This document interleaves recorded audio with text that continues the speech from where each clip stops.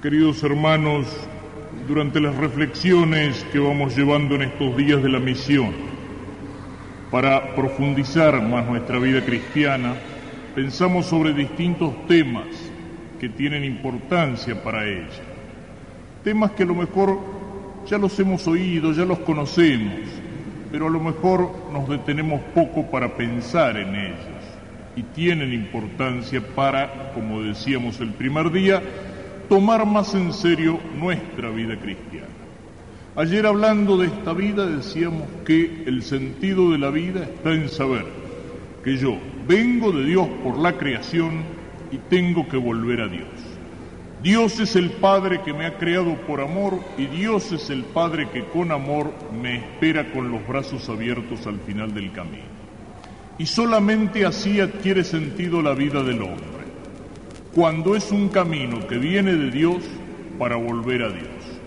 Aquí estamos de paso, pero así como tenemos un punto de partida, tenemos también un puerto de llegada en el cielo. Dios que nos espera para que podamos conocerlo y amarlo y entonces ser felices con Él por toda la eternidad. Ahora bien, ese camino de la vida cristiana que nos conduce a Dios, nosotros tenemos que seguirlo libremente, porque a diferencia de los animales, de las plantas, de los planetas, que cumplen la voluntad de Dios guiados por las leyes de la naturaleza, Dios le dio al hombre la libertad para que el hombre libremente pudiera amarlo y pudiera ganarse el cielo. Pero al mismo tiempo, el hombre puede usar mal de esa libertad. Y cuando el hombre usa mal de ello, la vida cristiana, en lugar de ser un camino que nos lleva hacia el cielo, que nos lleva hacia Dios, nuestra vida se convierte en un camino que se aparta de Dios. Y eso es el pecado. El pecado es una realidad, y es una realidad de la cual también tenemos que hablar de nuestra vida cristiana. A veces no se quiere hablar de esto, en nuestro tiempo no hay que ser positivo, no hay que hablar tanto del pecado, más vale dejémoslo de lado. No, un cuadro tiene luces y sombras, y si nosotros quisiéramos pintar un cuadro sin ninguna sombra, estaríamos falsificando la realidad. La realidad de la vida del hombre tiene luces y tiene sombras. El pecado es una sombra y no la podemos ignorar, como no la ignoró Cristo. Y sobre todo se hace necesario hablar de esto en nuestro tiempo, porque, ya lo decía el gran Papa que fue Pío XII, los hombres han perdido el sentido del pecado. Y eso lo repite el Papa Juan Pablo II en muchas ocasiones. Hemos perdido el sentido del pecado.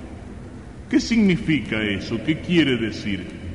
Que al pecado no lo tomamos en serio, que el pecado nos parece una cosa de nada, una cosa sin importancia, que el pecado nos parece muy poquita cosa, y hay muchas cosas que influyen para que hayamos perdido el sentido del pecado, para que no le demos importancia a la realidad del pecado. Influye, qué sé yo, la mentalidad que piensa que el pecado, bueno, es una tontería, es un error, es como la travesura de un chico.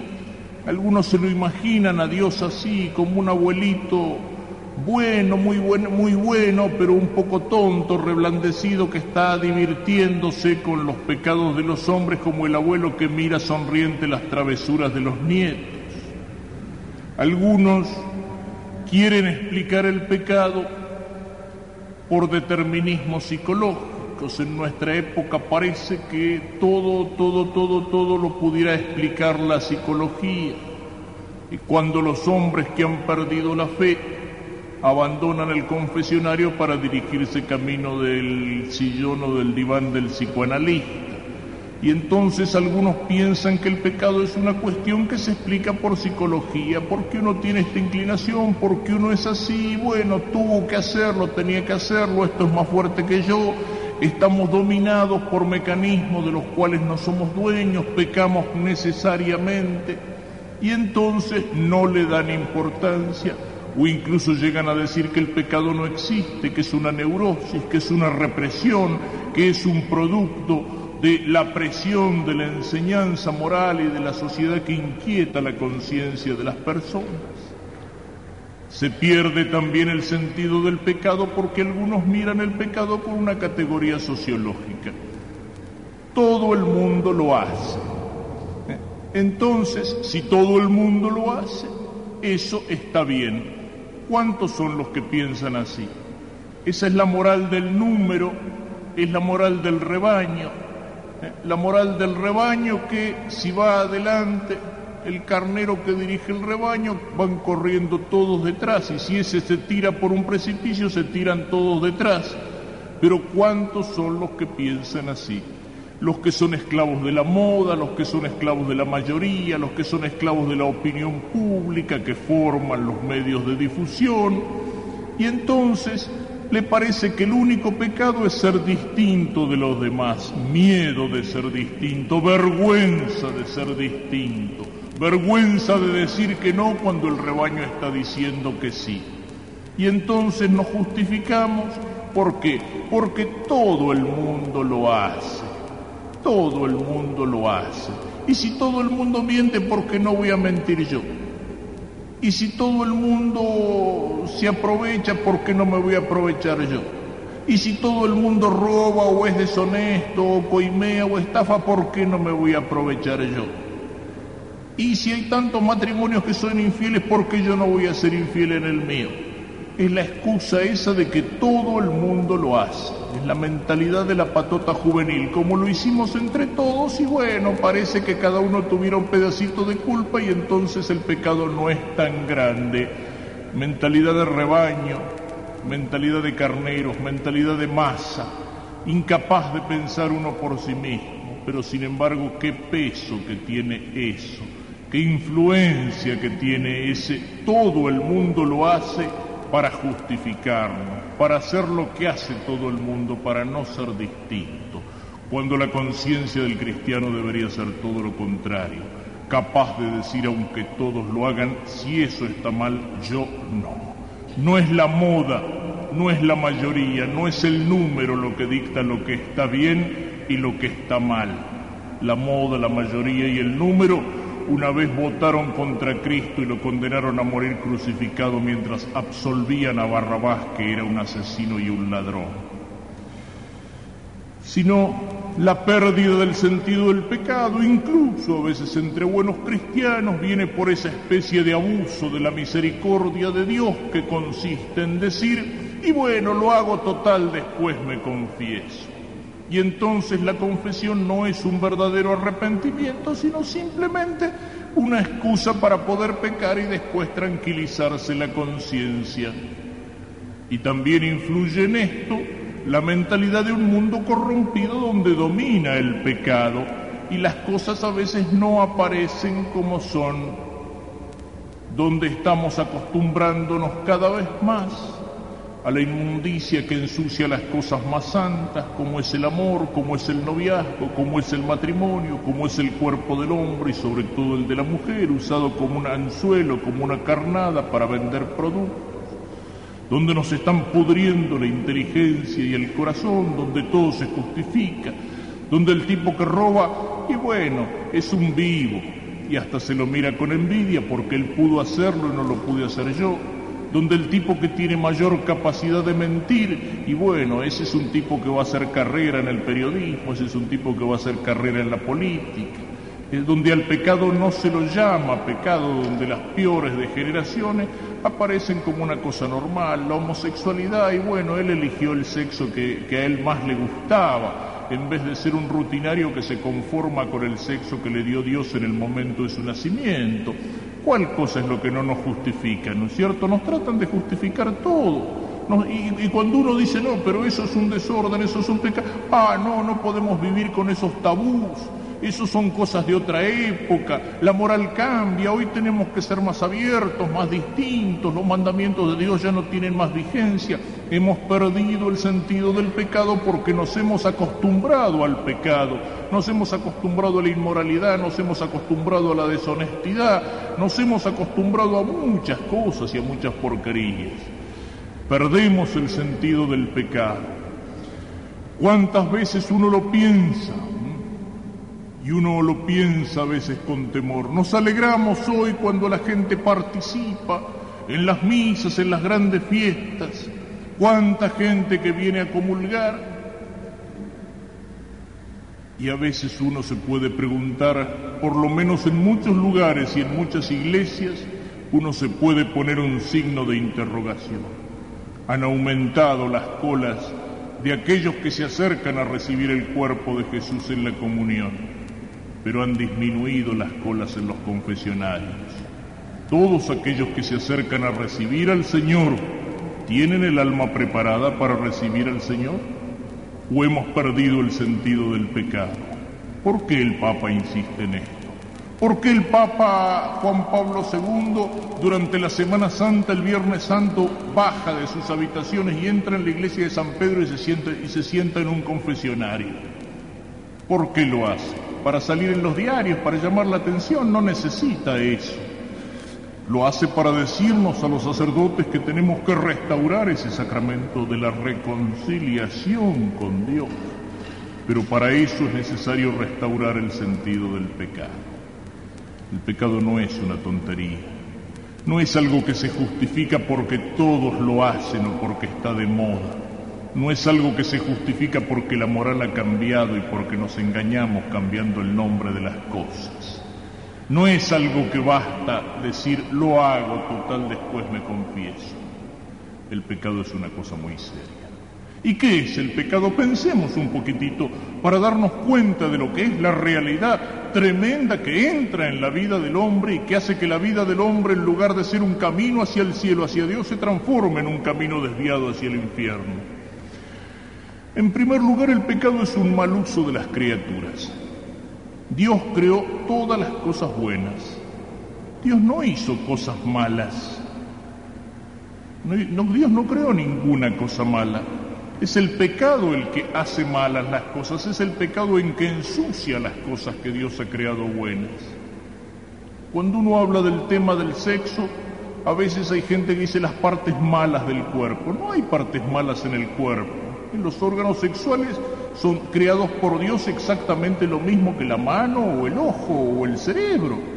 Todo es creado por Dios y lo que Dios creó vio que Dios lo había hecho muy bueno.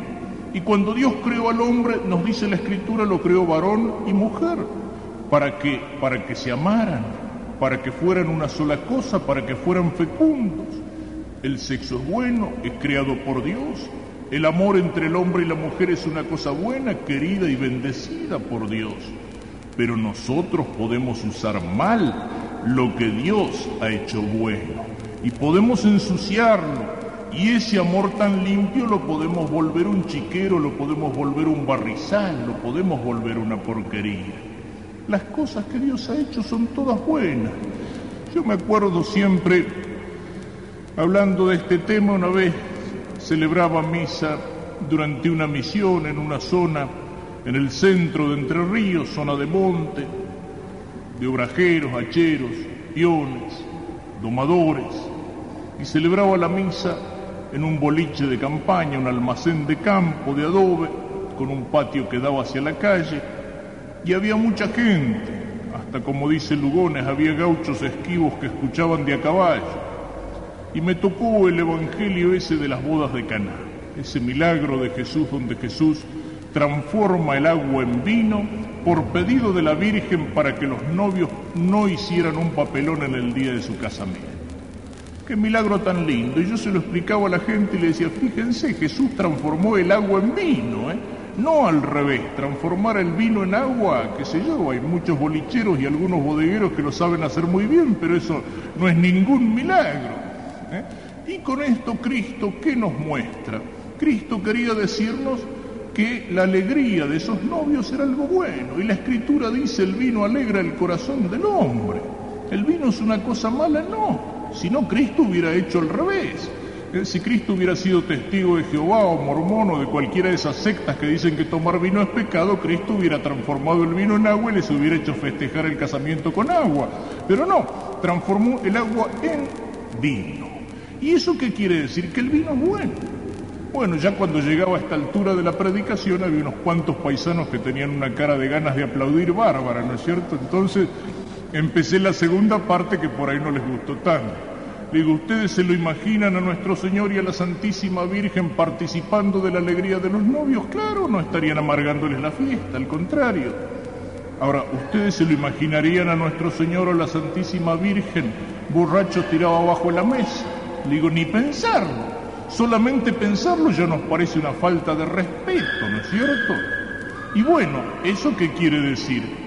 Que el vino es bueno, pero que uno puede usarlo mal. Cuando el vino sirve para perder la razón, cuando el vino sirve para arruinarse la salud, cuando el vino sirve para volver curado a casa y golpear a la mujer y a los chicos, cuando el vino...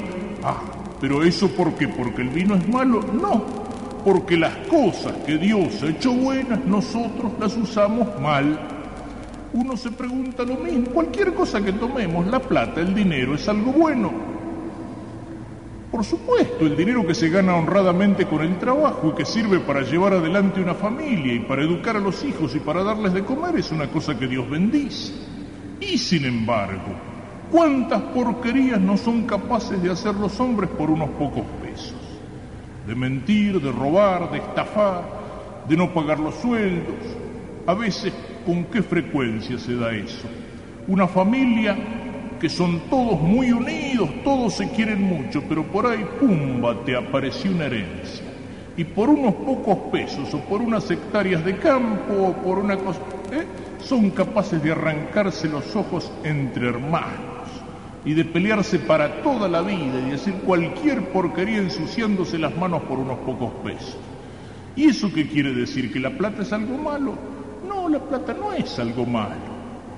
No hay ninguna cosa mala. Cuando uno pregunta, ¿y por qué la iglesia bendice las armas? Como le decía una vez un sacerdote, uno que se lo pregunta, le decía, para mí hubiera sido un honor bendecir el sable de San Martín. Porque un arma puede usarse para asesinar, para robar, o un arma puede usarse para defender la propia vida, para defender la patria, para defender la familia, para luchar por una causa justa. ¿Un cuchillo es malo? Depende. El cuchillo es bueno. Si yo lo uso para cortar la carne en el asado, es bueno. Si yo lo uso para degollar al vecino y robarle la plata, lo estoy usando mal. Pero eso es el pecado, usar mal las cosas que Dios ha hecho buenas. Y al usarlas mal las ensuciamos, y al ensuciarlas estamos ofendiendo a Dios, estamos haciendo un mal uso de las criaturas. Así definía San Agustín el pecado: apartar el corazón de Dios y poner el corazón de una manera desordenada en las criaturas. El pecado es siempre una lucha entre dos amores, entre el amor de Dios y el amor desordenado de una criatura. El que ofende a Dios porque roba, ¿qué pasa? Quiere más a la plata que a Dios. El que ofende a Dios porque vive de mala manera, concubinado con una persona, ¿qué pasa? Quiere más a esa persona que a Dios. Y así lo podríamos decir de todas las cosas. Aquel que se droga o que vive borracho, ¿qué pasa? Quiere más a la droga o al vino que a Dios. El pecado es apartar el corazón de Dios y ponerlo en las criaturas de una manera desordenada. Y al poner ese corazón en las criaturas de una manera desordenada, estamos ensuciando, profanando aquello que Dios Creador hizo bueno. Y estamos cambiando a Dios por la criatura. Eso es el pecado, además de un desorden. Es una estupidez. Es cambiar a un Dios infinito, de amor, de bondad, de felicidad, cambiarlo por una felicidad pasajera. Es cambiar millones y millones por una monedita desvalorizada. Es creer que la capacidad que hay de amor y de felicidad en el corazón del hombre puede ser llenada por una criatura finita, por una criatura limitada. Porque el hombre está hecho para Dios, el corazón del hombre tiene una capacidad infinita de amor y de felicidad, y solamente Dios lo puede llenar. San Agustín lo decía: mi corazón está hecho para ti, inquieto está mi corazón hasta que descanse en ti. Si uno mira el desierto, las arenas del desierto bajo el sol ardiente del verano, y uno echa un balde de agua en esas arenas, ¿qué pasa? Un momento se humedece un pedacito y eso inmediatamente se evapora y el desierto vuelve a tener sed. Para apagar la sed del desierto no basta un balde, no basta un camión tanque, hace falta el océano inmenso, el corazón del hombre como un desierto que tiene sed de amor y sed de felicidad. Y las criaturas lo pueden llenar, sí, como un instante, como un momento, como el balde de agua, pero solamente el océano infinito de belleza y de amor que es Dios puede llenar plenamente la capacidad que tiene el corazón del hombre. Mi corazón está hecho para ti, inquieto está mi corazón hasta que descanse en ti. Y cuando pecamos le vamos a pedir a las criaturas esa felicidad que solamente Dios nos puede dar. Estamos cambiando al Creador por la criatura, a lo infinito por lo finito, a la felicidad inmensa del cielo por una felicidad que pasa en un instante en la tierra y que nos vuelve a dejar con sed. Por eso decimos que el pecado es una estupidez.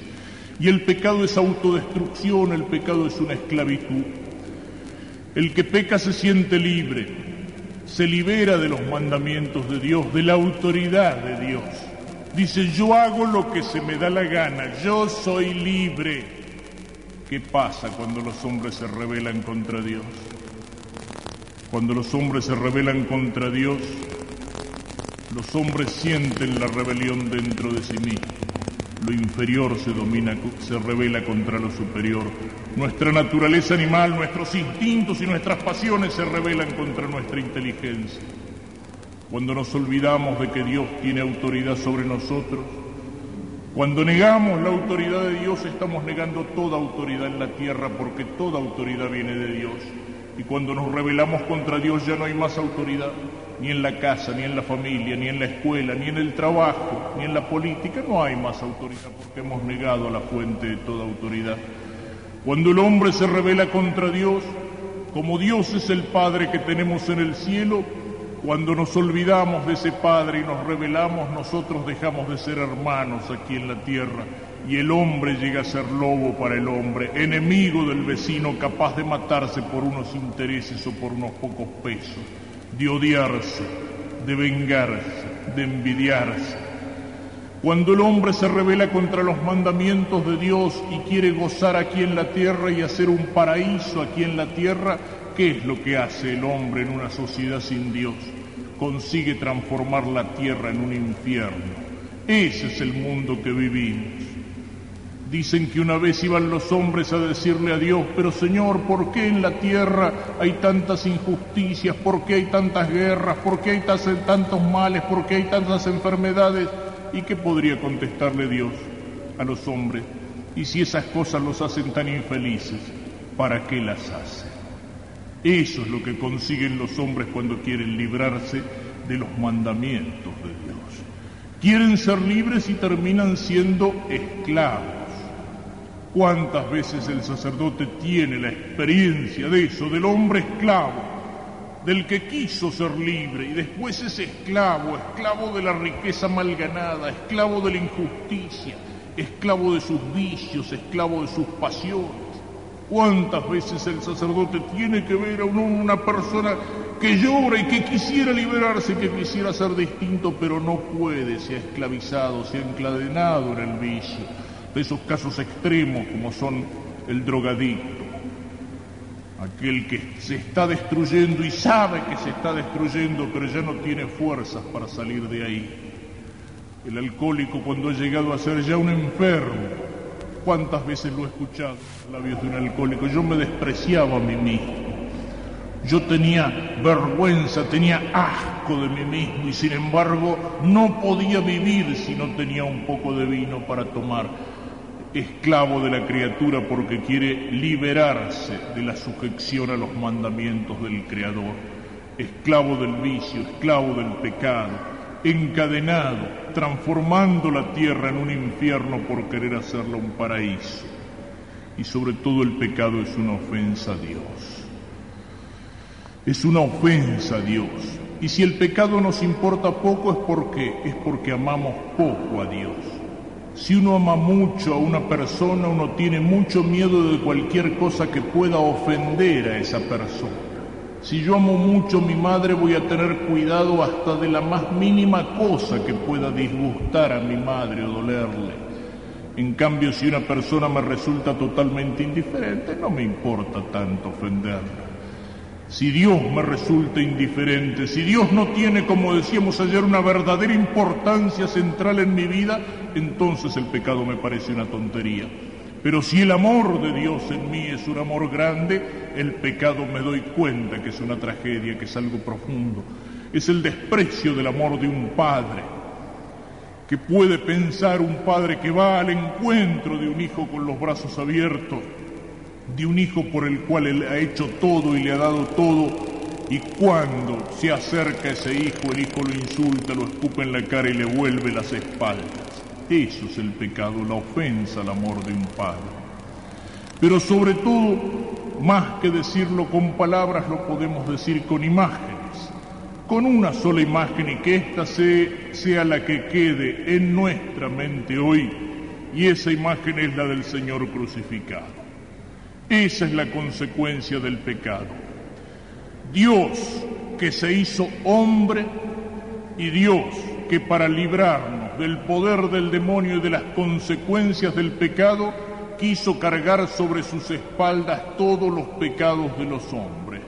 Quiso cargar sobre sus espaldas mis pecados y los llevó a la cruz. Él que no tenía pecado se hizo como responsable de todos nuestros pecados, de mis pecados, y los llevó a la cruz. Esa es la realidad y las consecuencias del pecado. Cristo clavado en la cruz con las manos y los pies atravesados por los clavos. Cristo con el cuerpo desgarrado por los azotes. Cristo coronado de espinas. Cristo con su cuerpo lleno de sangre, de barro, de sudor, de saliva. Esa es la consecuencia del pecado, de mi pecado. Y cada uno de nosotros mirando el crucifijo puede decir: Cristo está en la cruz por mí, por mi culpa, por mis pecados. Miremos un crucifijo y pensemos esto durante un rato, y nos vamos entonces a dar cuenta de que el pecado no es una tontería, de que es algo tremendo, de que es algo que tenemos que expulsar de nuestras vidas. Pero al mismo tiempo, y para terminar, el crucifijo tiene como dos enseñanzas. Cada uno de nosotros mirando a Jesús crucificado puede decir: Jesús está en la cruz por mí. ¿Y eso qué significa? Por mis pecados. Pero cada uno de nosotros mirando a Jesús clavado en la cruz puede decir también: Cristo está en la cruz por mí. ¿Y eso qué significa? Por mi amor. Porque me amó, está en la cruz. Porque me amó, quiso cargar mis pecados sobre sus espaldas. Porque me amó, quiso derramar hasta la última gota de sangre para limpiar con ella la inmundicia de mi alma. Porque me amó, quiso hacerse responsable por mis culpas y morir en la cruz, Él inocente, para que yo vuelva a ser hijo de Dios, para que yo pueda entrar en el cielo, para abrirme las puertas del cielo. Que este sea entonces el pensamiento de hoy, y un pensamiento que nos acompañe a lo largo de nuestra vida cada vez que miramos el crucifijo. Ese Cristo doliente está en la cruz por mis pecados, pero al mismo tiempo ese Cristo doliente está en la cruz por mi amor. La cruz es como un espejo que refleja la iniquidad del pecado, la maldad del pecado, pero la cruz es como un espejo que refleja el amor infinito del corazón de Dios, que perdona el pecado, la misericordia de